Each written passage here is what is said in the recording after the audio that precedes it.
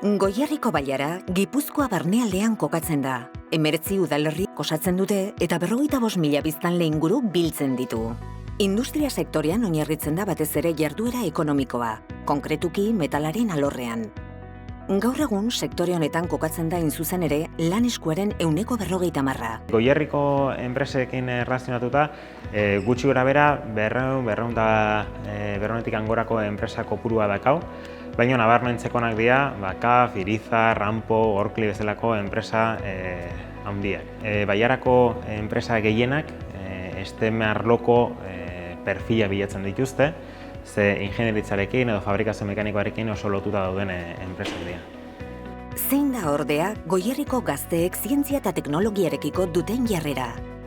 Eskualdeko 14 eta 16 urte bitarteko 408 gaztek erantzun dute STEM arloen inguruan duten autopertzepzioa ezagutzeko galdetegia.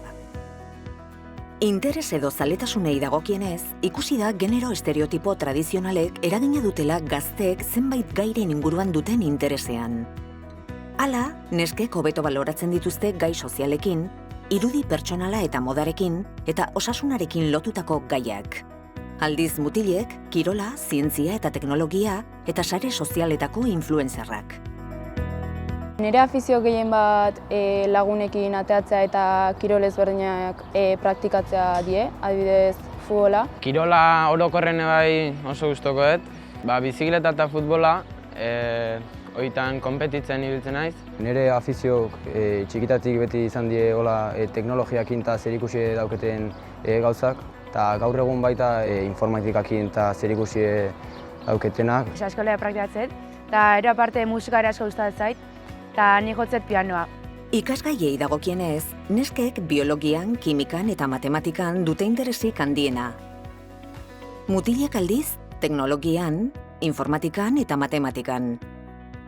Hala, STEM ikasgaiak gazteek ondoen baloratzen dituzten ikasgaien artean daude. Baina teknologia eta informatika ez dira aipatzen neskek gehien baloratzen dituzten irakasgaien artean. Nire gustoko ikasgaiek die mate eta tekno, matematika zenbaki gustatzen zaizkitelako. Asko gustatzen zaitola enpresan mundua eta hola. Nire gustuko ikasgaiek die matematika eta fisika kimika, ze iruditzen zait bitan behar dela pentsatzea eta burue martxan jartzea. Ekonomia asko gustatzen zait, baina ni gehienoa zientzia aldetatik, eta orduan nire gustuko ikasgaiak dira matematika eta fisika eta kimika. Etorkizuneko ikasketa aukeraketari dagokionez, neskek osasun eta gizarte zientziekin eta irakaskuntzarekin erlazionatutako lanbideak hautatu dituzte gehien bat. Mutilek berriz, informatikari eta teknologiari lotutakoak. Zer ikasi nahi egiten oraindik ez dauket oso argi, baina iritsi nahi egiten puntuei irakasle izatea da. Baina ikasi nahi egitena zientzia mundutik eta kalkulo aldea eta gustatzen zait, matematika eta fisika bezala adibidez. Nik biosasungintzatik jarraitu ezkero behintzat dauket pentsauta fisioterapia eta IBF-ko doble gradu bat itea. Eta letrak bastante deskartauta zietu. STEM prozeduran edo lan itea gustatuko zileten. Ni bide hortetik jarraitzea ni gustatu zaiten, letradatibo baino. Nei iruditzen zait ingo nola lan STEAMekin zerikusia dauken ingenieritza nahi detena ikasi edo olako gauzakin.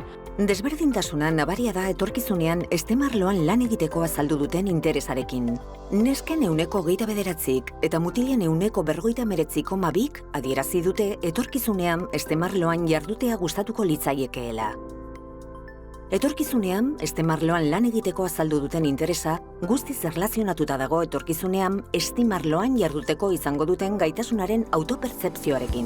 Datozen urteetan izango dan STEM bokazioko edo STEM arloko lanbideak 40%ko igoera jasango dute. Hortaz, demanda edo eskari horri buelta emateko, ezinbestekoa da batetik unibertsitateen lana, beraien graduak eta beraien masterrak sustatzen, eta bestetik bai udal, gizarte eragileen lana, nolabait, bai ikasle, bai guraso eta bestelako agentei informazioa helarazteko.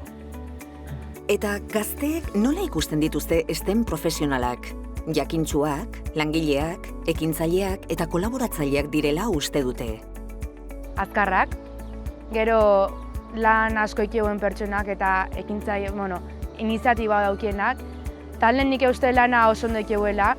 Pertsona oso langileek, pazientzia handikok, eta baita esango nuke perfekzionistak diela. Pertsona langile bat, perfekzionista baita esan duen bezala. STEM profesionalen inguruko estereotipoak apurtzeko, garrantzitsua da zientzia eta teknologia jarduera gertutik ezagutzea. Goierriko gazteek ezagutzen aldute eskualdeko industria. Gazteen 24% ez dakit erantzun dute. Industria eta baita ostalaritza bastante dau behasainen eta ordizialden, baina gehiena industria ze kriston lau postu pila daude. Goierrin nik uste lan jarduera ohikona izaten dela industria, adibidez indar, kaf eta olakok, kafen adibidez garraio biden lantzen dituzte. Industrian ere nik uste lan gehi bastante daola, ze azkenen herri gehienetan dago industrialde eremu bat eta hor fabrikak daola. Adibidez, Urretxu Zumarran dago Urretxun eremu bat eta Zumarran beste bat. Eta zer diote genero berdintasunaren inguruan?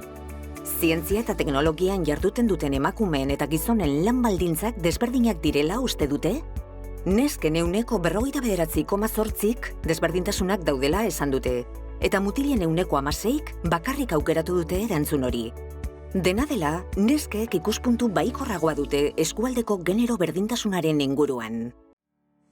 Nik uste dut Goierrin, adibidez ikastolan betianik dakigu bai emakume eta bai gizonak berdinak kobratzen dutela, eta baldintza berdinak dituztela, bai lan ere munta guztin. Nik uste ezberdintasunek beti egongo diela eta beti daudela. Nik uste kasu asko darela, batez ere Euskal Herritik kanpo, o beste herrialdetan o Espainin bertan, baina hemen ez dela oso nabari nik uste. Erronka hauei buelta bat emateko edo erronka hauei aurre egiteko, Goierri Mondragon STEAM Hub proiektua martxan jarri da, eta proiektu honen helburua batez ere da gazteen pertzepzioa identifikatzea, bestetik industria edo inguruko industria ezagutzera eramatea, eta azkenik neska eta mutilen arteko genero pertzepzio hori nolakoa den neurtzea.